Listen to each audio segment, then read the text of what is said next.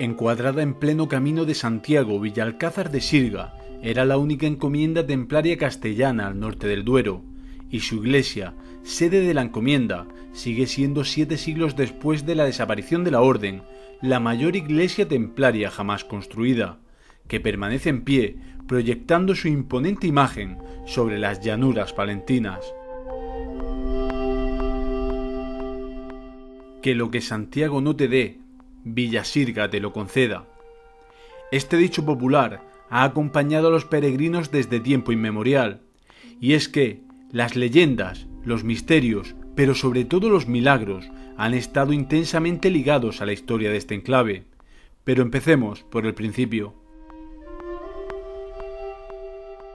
No tenemos registro histórico de la fecha exacta en la que se crea esta importante encomienda templaria, ya que el primer documento que hace referencia a la misma es del 15 de mayo de 1307, poco más de un año antes de la desaparición de la orden, documento en el que se hace entrega de sus fueros a la población de Cejín, en Murcia, entregado por el Temple, representado por el maestre de Castilla, Rodrigo Yáñez, y aparece como testigo Fray Gómez Patiño, como comendador de Santa María de Villasirga y de Baltadixa. La sede de la encomienda debió estar situada en la iglesia de Santa María de Villasirga, iglesia que debió tener adjunto al edificio un convento o monasterio que aparece citado en la obra El Becerro de las Beetrías, con vasallos en lugares cercanos como Villanueva del Río y Riberos de la Cueza. Aunque carecemos de una fecha concreta de la creación de la encomienda templaria, sí sabemos que la iglesia comenzó a erigirse a finales del siglo XII y pudo ser finalizada en torno al año 1274. De proporciones catedralicias, su tamaño sorprende al visitante, que desde kilómetros de distancia puede divisar su silueta alzándose por encima del pueblo de Villalcázar de Sirga, nombre actual de la localidad, que en la Edad Media se denominaba Villasirga. De estilo protogótico o de transición al mismo, cuenta con una estructura de 3 naves y 5 capillas, cuyo majestuoso interior, con sus 308 capiteles, compite contra el carisma sobrio y sobrecogedor de su exterior, en el que destacan su portada doble, con más de 15 metros de altura, siendo este su elemento más característico y que pudo formar parte de un claustro ya desaparecido. 6 arquivoltas profusamente decoradas con 51 figuras se elevan sobre la puerta principal, y sobre ellas un doble friso superior en el que nos encontramos un pantocrátor rodeado de los 4 evangelistas en su forma de tetramorfos. Como curiosidad decir que en esta representación por algún motivo se ha sustituido la figura del toro que representa a San Lucas por la de un cerdo, algo que ha dado lugar a numerosas leyendas que os contaré en un próximo vídeo, dedicado exclusivamente a las leyendas de este enclave, que las hay, y muchas. La segunda entrada, que da acceso a la capilla de Santiago, tiene 3 arquivoltas y 25 figuras, igualmente decoradas. Uno de los elementos más llamativos del enclave es sin duda los 3 sepulcros de su interior, perteneciendo estos al infante don Felipe, hermano del rey Alfonso X el Sabio, y a su segunda esposa doña Inés. Sobre el tercer sepulcro, mucho más austero, algunos autores se lo atribuyen al primer comendador templario de Villasirga, a quien dan el nombre de Juan Pérez. Otros autores discrepan y retrasan unas cuantas décadas esta sepultura, correspondiendo a Juan de Pereira, comendador de la Orden de Santiago, que tomaría el lugar de los templarios en la zona.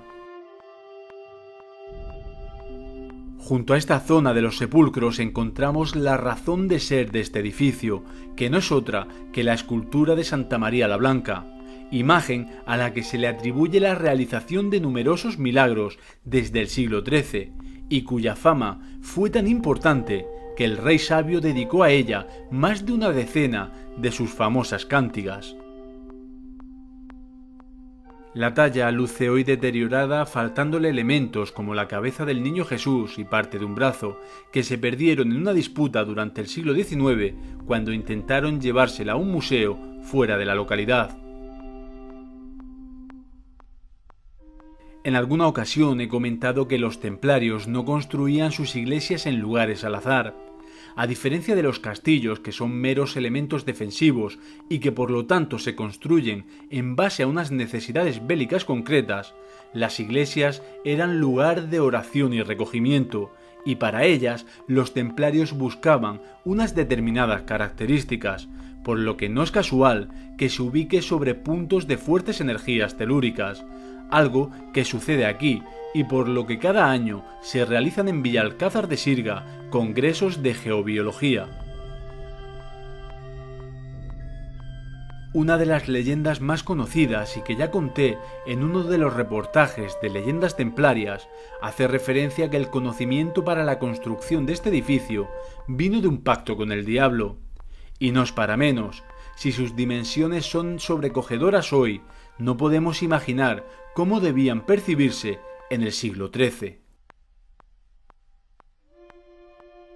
Villalcázar de Sirga es una de las 3 encomiendas templarias de las que tenemos referencias históricas en el Camino de Santiago, junto con Ponferrada y San Fiz do Ermo, constituían la columna vertebral de la orden para la defensa de los peregrinos que iban a Santiago.